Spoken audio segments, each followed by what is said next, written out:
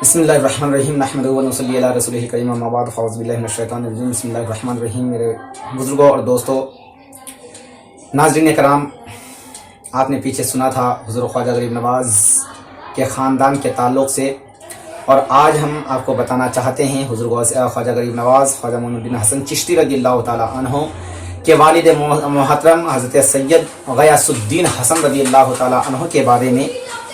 لہٰذا آپ سے گزارش ہے کہ اگر آپ ہمارے یوٹیوب چینل کو دیکھ رہے ہیں تو آپ ہمارے یوٹیوب چینل کو سبسکرائب کر دینا، بیل آئیکن گھنٹی کو دبا دیجیے، ویڈیو کو لائک کیجیے، شیئر کیجیے، کمنٹ میں اپنی رائے ضرور دیجیے کہ آپ کو یہ ویڈیو کیسے لگی۔ لہٰذا حضرات محترم حضرت خواجہ غریب نواز کے والد ماجد سید غیاث الدین حسن ایران پر سلجوقیوں کی سلطنت ستوت کا پرچم لہرا رہا تھا۔ ارسلان ارغون علم بغاوت بلند کر کے جب خراسان پر قابض ہوا اور اپنی خود مختار حکومت قائم کی تو سلطان برکیارق سلجوقی نے خراسانی بغاوت کو فروغ کرنے کے لیے اپنے چچا بوربرس کو بھیجا، مگر اسے شکست فاش ہوئی۔ بوربرس ارسلان ارغون کے ہاتھوں مارا گیا۔ دوسری مہم سلطان نے اپنے بھائی سنجر کی سرگردگی میں روانہ کی۔ سنجر بغاوت سے ایک بڑا لشکر لے کر مانند طوفان خراسان کی طرف جھپٹا۔ وہ جلد سے جلد اپنی صلاحیتوں کو سلطان پر آشکارا کرنا چاہتا تھا، مگر جب وہ اصفہان کے قریب پہنچا تو اچانک اس کے لشکر میں ہیضے کی وبا پھوٹ پڑی۔ سنجر نے لشکر کو قیام کا حکم دیا اور پابندی لگا دی کہ لشکر سے نکل کر کوئی کہیں نہیں جائے گا، اور کہا کہ یہ بات ایمان و اخلاق کے منافی ہے کہ ہمارے ذریعے بیماری کسی اور جگہ منتقل ہو۔ لشکر کو قیام کیے ہوئے تیسرا دن تھا۔ وبا کی لپٹ میں آ کر سینکڑوں سپاہی ہلاک ہو چکے تھے۔ فوجی، طبیب اور اس کا عمل بھی لقمہ اجل بن چکا تھا، یعنی کہ انتقال کر چکے تھے، ختم ہو چکے تھے۔ سنجر کو جب ساتویں قے ہوئی یعنی الٹی ہوئی تو اسے اطلاع دی گئی کہ ایک مختصر سا قافلہ لشکر کی طرف آ رہا ہے۔ سنجر نے کہا ایک آدمی فوراً جا کر قافلے کو ادھر آنے سے روکے، کہیں وہ اس موذی مرض کا شکار نہ ہو جائیں۔ ایک فوجی نے جا کر اس قافلے والوں کو صورتحال سے آگاہ کیا اور امیر لشکر کا یہ پیغام دیا کہ وہ جلد از جلد وہاں سے دور نکل جائیں۔ قافلہ رک گیا۔ ان میں سے ایک شخص نے فوجی سے کہا امیر لشکر کی خواہش کے مطابق ہم ضرور اپنا سفر جاری رکھیں گے، لیکن میں تنہا تمہارے ساتھ چلوں گا اور امیر لشکر کا شکریہ ادا کر کے لوٹ آؤں گا۔ یہ ناممکن ہے کہ اس عظیم الشان شخصیت کی زیارت نہ کروں جو موت کے منہ میں پہنچنے کے باوجود دوسروں کی بھلائی اور خیر خواہی سے غافل نہیں ہے۔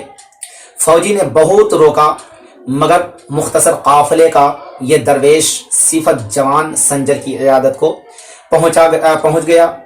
سنجر کے چہرے کی چمک دمک اس کا مرض چاٹ گیا تھا۔ اس نے انتہائی کمزور آواز میں کہا آپ نے یہاں آ کر عقل مندی کا ثبوت نہیں دیا۔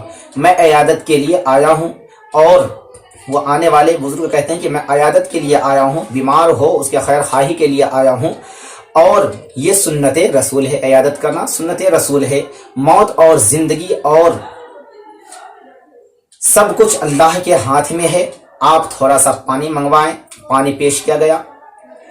نوارد حافظ قرآن نے پانی پر کلام الہی پڑھ کر دم کیا، اسے بہت سے پانی میں ڈال کر سارے لشکر کو پلاؤ۔ نوارد نے کہا سنجر سے کہ یہ سارے پانی سبوں کو پلاؤ، اور اللہ شفا دینے والا ہے۔ نوارد درویش نے کہا پانی لشکریوں کو پلایا جانے لگا تو نوارد سجدے میں گر گیا، اور جب وہ طول سجدے سے فارغ ہوا تو اللہ کے فضل سے وبا کے آثار تک لشکر میں باقی نہ تھے۔ سنجر کی طبیعت بھی بحال تھی۔ اس نے کہا میں کس زبان سے آپ کا شکریہ ادا کروں؟ نوارد نے کہا یہ بات کہہ کر شکر کے موقع کو ضائع نہ کرو، تمام لشکر کو حکم دو کہ شکر کا 2 گانا ادا کرے، یعنی کہ ان بیماریوں سے شفا پانے کے شکرانے میں اللہ کی 2 رکعت اللہ کی بارگاہ میں سجدہ کریں، یعنی کہ 2 رکعت نماز ادا کریں۔ تھوڑی دیر بعد ہی 20,000 افراد اپنے رب کے حضور سروا سجود تھے۔ نماز سے فراغت کے بعد سنجر نے دریافت کیا، آپ کہاں سے آ رہے ہیں اور کون ہیں؟ میں وہاں پہ جو ہے جب جب نماز سے فراغت کے بعد سنجر سے دریافت کیا گیا، کنہوں نے پوچھا؟ یہ پوچھنے والا حافظ نوارد تھے۔ انہوں نے پوچھا، وہ فقیر تھے حافظ نوارد، انہوں نے پوچھا کہ اے سنجر آپ لوگ کہاں سے آ رہے ہیں اور کون ہیں؟ تو سنجر کہہ رہے ہیں کہ میں سجستان کے ایک قصبہ سنجر سے آ رہا ہوں، وہی میرا مولود ہے، یعنی کہ میری وہاں پہ قیام گاہ ہے، وہی میری پیدائش گاہ ہے، اور میرا نام غیاث الدین حسن ہے، اور سر دست منزل میری نیشا پور ہے۔ حضرات محترم، یعنی کہ حضرت خواجہ غریب نواز رضی اللہ تعالیٰ عنہ کے والد محترم حضرت سید غیاث الدین رضی اللہ تعالیٰ عنہ کو سنجر کے نام سے بھی جانا جاتا تھا۔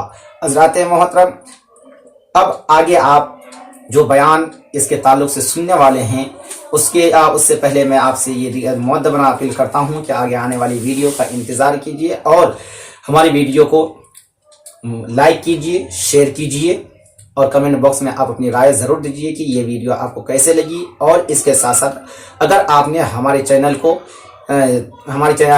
کو سبسکرائب نہیں کیا ہے تو مولانا عارف رضا اظہری چینل کو آپ سبسکرائب کر دیجیے، تاکہ جو بھی ویڈیو ہم چڑھائیں وہ آپ کے پاس سب سے پہلے